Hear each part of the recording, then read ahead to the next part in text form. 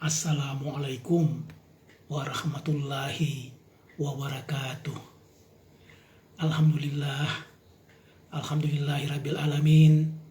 Wassalatu wassalamu ala asyrafil anbiya'i wal mursalin sayyidina wa maulana Muhammadin wa ala alihi wa sahbihi ajmain.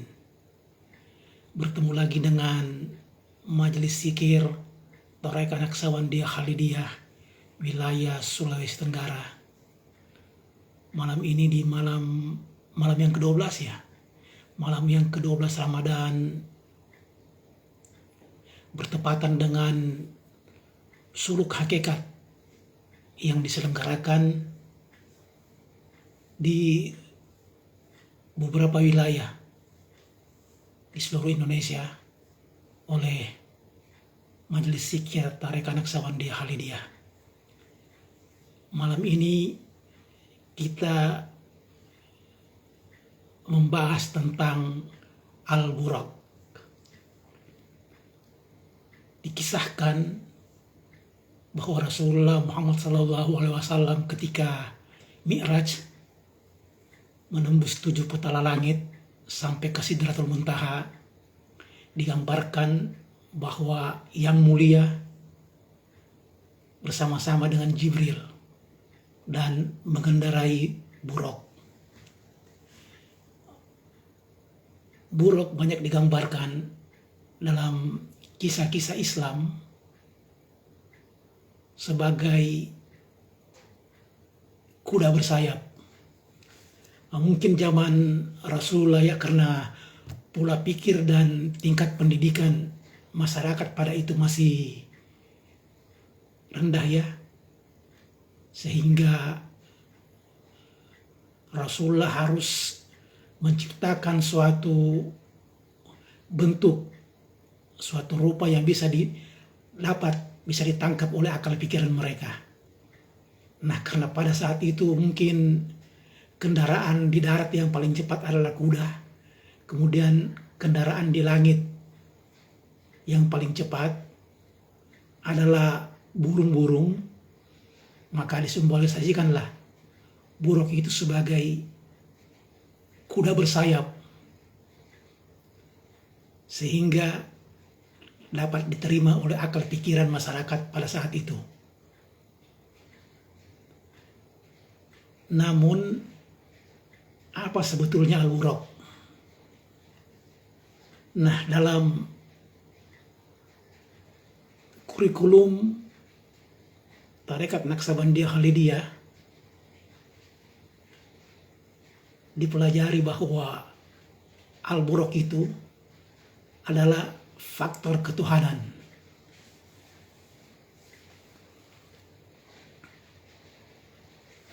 Faktor ketuhanan inilah yang disimbolkan sebagai Al-Buraq. Nah, apa faktor ketuhanan itu? Karena tanpa faktor ketuhanan itu manusia tidak bisa pulang, tidak bisa mi'raj, tidak bisa naik dimensi. Faktor ketuhanan itu berupa nur yang dibawa oleh waliyan mursida. Kita bisa membacanya ya dalam As-Surah 52. Nah, inilah sebenarnya yang dicari-cari oleh semua manusia. Karena mustahil manusia bisa kembali kepada Allah Subhanahu wa taala. Innalillahi wa inna ilaihi raji'un. Jika rohnya selamat di dunia, tidak kenal dan tidak beserta faktor ketuhanan tersebut, manusia tidak bisa mengandalkan dirinya sendiri. Nah, manusia yang tanpa bayat nur, begitu mati, arwahnya akan ngambang. Dikiaskan tidak diterima oleh langit dan juga ditolak oleh bumi. Dan dia akan masuk alam kubur berupa lingkaran kelahiran kembali. Tentu saja dengan membawa catatan amal perbuatannya ya. Kalau agama-agama lain ada istilah reinkarnasi, nah dalam tradisi agama Islam dikenal istilah masuk lagi kembali ke alam kubur. Maksudnya masuk kembali ke alam kubur ya dibangkitkan kembali sebagai manusia baru yang terkubur oleh badan jasmaninya ini. Jadi arwahnya terkubur kembali dengan badan jasmani yang baru. Nah begitu manusia itu mati jasadi, setelah itu dia akan lahir kembali di belahan dunia ini. Mungkin di belahan dunia yang lainnya, daerah lain yang serba baru. Dan dilupakan ingatannya oleh Allah Subhanahu wa Ta'ala. Nah, dari alam kubur inilah dimensi yang lebih tinggi dari dunia, maka manusia bisa melihat dunia. Bahkan manusia yang baru itu tidak menyadari bahwa kehidupannya adalah kehidupan yang sekian kalinya. Mungkin sudah berjuta-juta tahun dia hidup, dihidupkan mati, dihidupkan mati, dihidupkan mati, tapi tetap begitu saja karena belum beserta faktor Tuhan.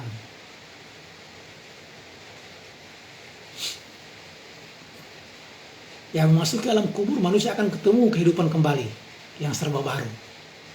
Dan seluruh pengetahuan akan dunianya dari kehidupan sebelumnya akan dilenyapkan, dihapuskan dari memori ingatannya. Semuanya dilenyapkan. Dia dilahirkan dengan keadaan yang serba baru, dengan kehidupan baru, takdir baru. Sedangkan catatan amal pada kehidupan sebelumnya, itulah nanti akan menentukan takdirnya di kehidupan selanjutnya. Mungkin dengan orang tua yang berbeda, keadaan yang juga berbeda. Ya ada yang dilahirkan berupa manusia, dan mungkin ada yang dilahirkan dalam wujud yang lain. Ya hanya saja yang menjalaninya semuanya seperti kehidupan manusia juga. Begitu ya. Kita sebenarnya telah mengalami kehidupan yang berkali-kali, puluhan, ratusan, bahkan ribuan kali. Dan apabila roh manusia belum bisa pulang ke hadirat Allah Subhanahu wa Ta'ala, dia akan terus-menerus ketemu kehidupan seperti kehidupan dunia ini. Sedangkan apabila rohnya telah bisa pulang, maka dia akan memasuki alam keabadian, memasuki alam akhirat. Ruhnya kembali dan larut kepada baharuh Allah Subhanahu wa Ta'ala. Nah, kejadian seperti begini disebut dalam tradisi agama lain ya, agama Hindu, agama Buddha, agama Konghucu dan agama-agama lainnya ya disebut reinkarnasi. Sedangkan dalam tradisi Islam dikenal dengan siksa kubur. Kelahiran dunia adalah siksa, juga hukuman bagi roh yang mestinya berada di sisi Allah Ta'ala. Ya bahkan bisa jadi kita dilahirkan kembali sebagai makhluk-makhluk di alam rendah ya, dimensinya di bawah derajat manusia. Bisa jadi di alam jin, alam binatang, alam benda-benda, atau makhluk-makhluk lain. Ya tergantung karmanya lah yang dikerjakan sebelumnya. Nah itu semua tergantung saat di kehidupan dunianya sebelumnya. Apakah manusia berketergantungan dengan alam jin, maka dia turun derajat. Bisa jadi dilahirkan dalam alam jin. Atau apabila manusianya sewaktu hidup di dunia sebelumnya dikuasai oleh hawa nafsu, maka bisa jadi dia dilahirkan sebagai binatang. Atau juga dilahirkan sebagai manusia dengan bentuk karma yang lebih buruk lagi. Wallahu a'lam bishawab. Nah, beruntunglah yang di dunia ini telah bertemu guru suci wali yang mursida dan mengerti jalan pulang kembali kepada Allah Subhanahu wa taala. Nah, apa itu bayat tarikatullah? Bayat tarikatullah adalah penanaman nur Allah Subhanahu wa taala. Sebetulnya itulah faktor Tuhan. Ditanamkan nur iman, nur kitab ke dalam dada orang yang dibayat. Nah, ini adalah karunia yang sangat tinggi bagi manusia. Karena orang yang telah dibayat, mereka akan memasuki portal dimensi alam kerohanian dan memasuki luasnya alam yang ada di dalam dirinya. Sebetulnya alam di dalam diri ini sebetulnya lebih luas daripada alam di luar ya. Alam mikrokosmos sebetulnya lebih luas daripada alam makrokosmos. Alam yang terlihat oleh mata kepala ini lebih kecil dibandingkan dengan alam mikrokosmos. Nah, ini hanya berlaku bagi orang-orang yang rohaninya telah dilahirkan. Rohaninya telah dilahirkan dan dibangkitkan.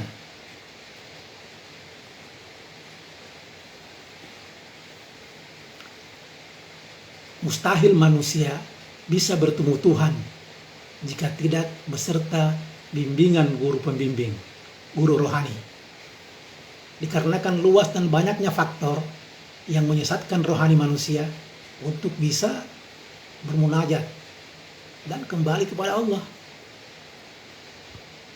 Nah, tarekat waris Naqsabandiyah Khalidiyah punya metodologi yang menjamin adanya hubungan antar manusia dengan Tuhannya. Tarekat waris Naqsabandiyah Khalidiyah adalah punya cara mempraktekkan syariat, tarekat, hakikat, dan ma'rifah sehingga ada sambungan kepada Allah Subhanahu wa taala. Koneksi itulah yang dalam bahasa ilmiahnya dikenal dengan teknologi tarekah. Sebetulnya dalam tarekat waris Naqsabandiyah Khalidiyah ada 3 fase utama yang akan dilewati oleh manusia. Yang pertama, ya bayat, penanaman nur Allah, penanaman faktor ketuhanan yang disebut dengan nur iman dan nur kitab. Kemudian fase kedua, masuk ke dalam sistem ketuhanan. Yang ketiga, istiqamah, berjuang dan berkorban, mati-matian, habis-habisan di jalan ketuhanan. Nah, tanpa melewati ketiga fase ini, mustahil manusia akan selamat sampai ke seberang. Karena itu, bagi kami, tarekat itu wajib hukumnya. Penanaman nur iman, nur kitab dalam bayat sebagai faktor Tuhan itu sangat wajib.